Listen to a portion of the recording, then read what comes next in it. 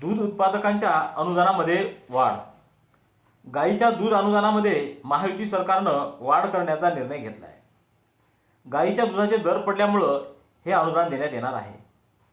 राज्य सरकारकडून गाईच्या दुधाला 7 रुपये अनुदान देण्यात येणार आहे. हे अनुदान दूध उत्पादकाच्या बँक खात्यात जमा होईल.